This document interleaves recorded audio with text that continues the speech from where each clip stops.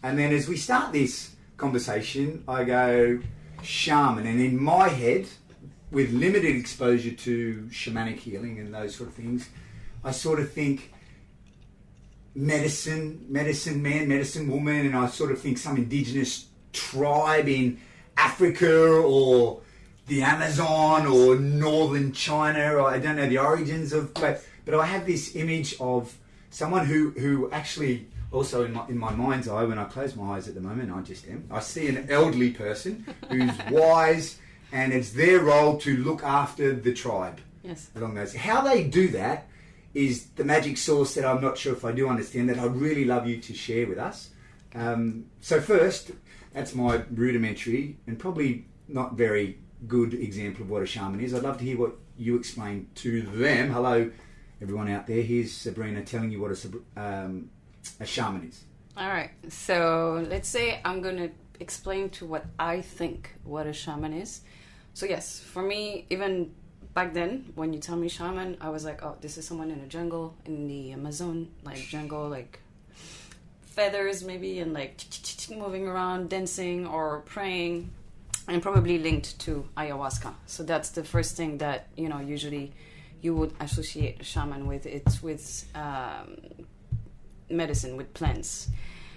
So I did actually spend some time there in the Amazonian forest in Peru with shamans to train, and obviously I went through all the cycle with the ayahuasca to discover if there was actually something really that would resonate with me. Of course it did a lot of great things for me, but that's not a topic. But I really wanted to see if I was that type of shaman, and I realized that I wasn't. Okay, so for me I'm more of a broader type of shaman, which is, so if we look at it, if we remove the plant medicine or ayahuasca, a shaman would just basically be the connection between earth, which is here where we are, the grounded part of ourselves, material part of ourselves, and the spiritual side of ourselves, which is like the sky, the stars, all the spirits. And so it's basically a link between the seen and unseen. So all the things that are visible, that you can see with your own eyes,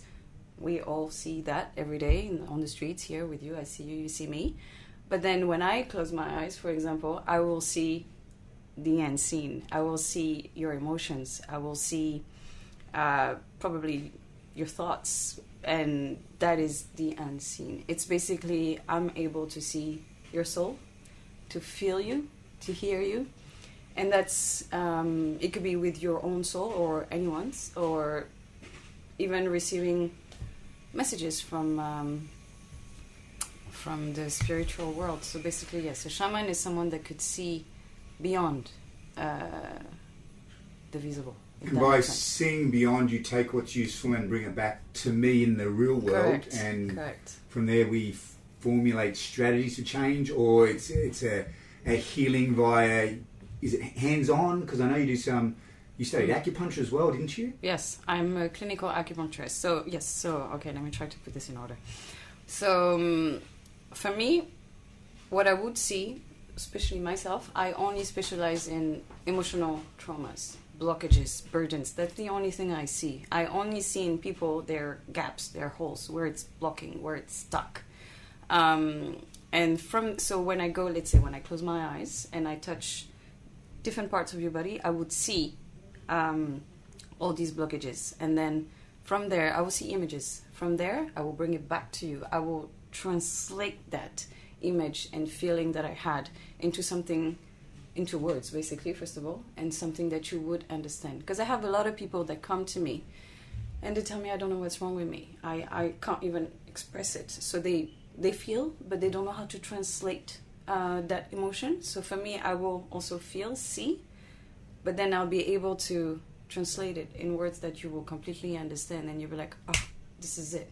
So this is that kind of like link between things that we have a hard time to express or to put words on, or sometimes to fit in a box, because it doesn't fit in a box. And I will try to bring that back to you and make sure that it resonates in this world, you know, with normal words and yeah, and sometimes it's funny because sometimes I will bring back all these messages to people and worried blocks and emotional traumas and what happened to them in their past.